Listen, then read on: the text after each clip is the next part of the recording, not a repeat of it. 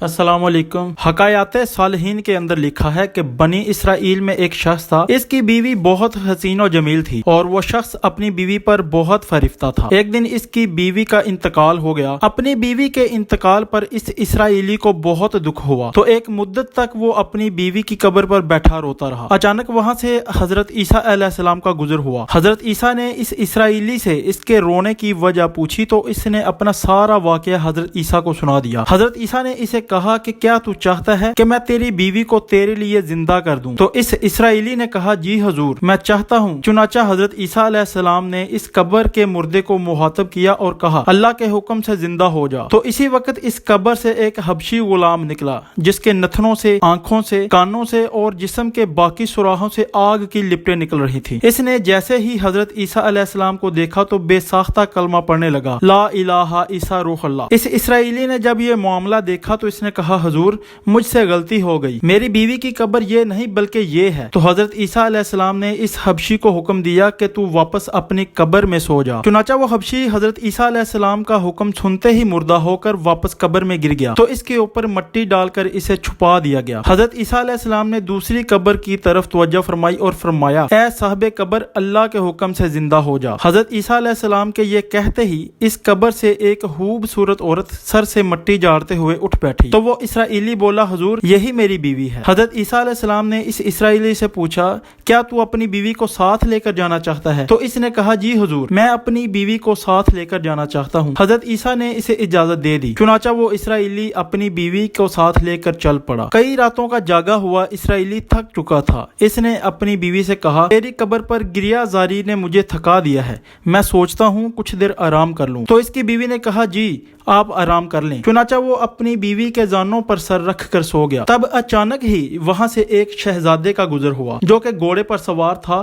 اور اپنے زمانے میں یکتا حسین تھا۔ جب اسرائیلی کی بیوی کی نظر اس پر پڑی تو اس شہزادے پر فدا ہو گئی اور اپنے شوہر کا سر اپنے زانوں سے اتار کر ایک طرف رکھا اور اس شہزادے کی طرف چل پڑی۔ وہ اتنی خوبصورت تھی کہ شہزادہ بھی اسے دیکھ کر فریفتہ ہو گیا۔ شہزادے نے عورت کی خواہش کے مطابق اسے اپنے گھوڑے پر سوار کیا اور چل پڑا۔ جب اسرائیلی بیدار ہوا اپنی بیوی کو نہ پا کر وہ پریشان ہو گیا اور اپنی بیوی کو ڈھونڈنے کی تدبیریں کرنے لگا۔ ڈھونڈتے ڈھونڈتے اسے اپنی بیوی کے قدموں کے نشان نظر آئے۔ ان قدموں کی پیروی کرتے ہوئے وہ شہزادے تک جا پہنچا۔ وہاں اس نے اپنی بیوی کو خوبصورت لباس میں شہزادے کے پہلو میں کھڑے دیکھا۔ اس نے شہزادے سے کہا حضور، یہ میری بیوی ہے۔ اس سے پہلے کہ شہزادہ کچھ کہتا وہ عورت خود بول پڑی کہ میں تمہاری بیوی نہیں بلکہ اس شہزادے کی لونڈی ہوں۔ تو شہزادے نے کہا کیا تم میری لونڈی کو مجھ سے لینا چاہتا ہے؟ ابھی یہ بحث و مباحثہ چل رہا تھا کہ وہاں سے حضرت عیسیٰ علیہ السلام کا گزر ہوا۔ حضرت عیسیٰ علیہ السلام کو دیکھتے ہی وہ اسرائیلی آپ کے پاس آ گیا اور بولا حضور دیکھیے، کیا یہ وہی عورت ہے جسے آپ نے میرے لیے زندہ کیا تھا؟ تو حضرت عیسیٰ علیہ السلام نے اس عورت کو دیکھ کر کہا ہاں،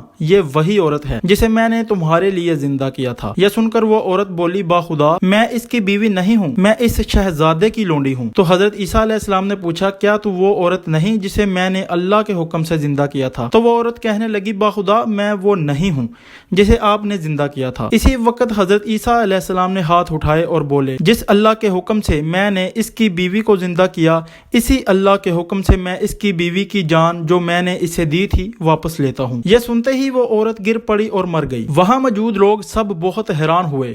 حضرت عیسیٰ علیہ السلام نے فرمایا جو شخص یہ دیکھنا چاہتا ہے کہ ایک انسان کفر کی حالت میں مرا اور اسے اللہ کے حکم سے دوبارہ زندہ کیا گیا اور وہ ایمان لے آیا اور مومن ہو کر مرا، تو وہ اس حبشی کو دیکھ لے۔ پھر آپ نے فرمایا جو شخص یہ دیکھنا چاہتا ہے کہ ایک انسان ایمان کی حالت میں مرا اور اسے اللہ کے حکم سے دوبارہ زندہ کیا گیا اور وہ کافر ہو کر مرا، تو وہ اس عورت کو دیکھ لے۔ اس روایت سے ہمیں یہ سبق ملتا ہے کہ انبیاء کے اقرار و انکار پر بھی ایمان لانا ضروری ہے۔ دوستو اگر آپ کو میری ویڈیو پسند آئی ہو تو اسے لائک اور شیئر ضرور کیجیے گا اور میرے چینل کو سبسکرائب کریں۔ ملتے ہیں ایک نئی ویڈیو کے ساتھ۔ اللہ حافظ۔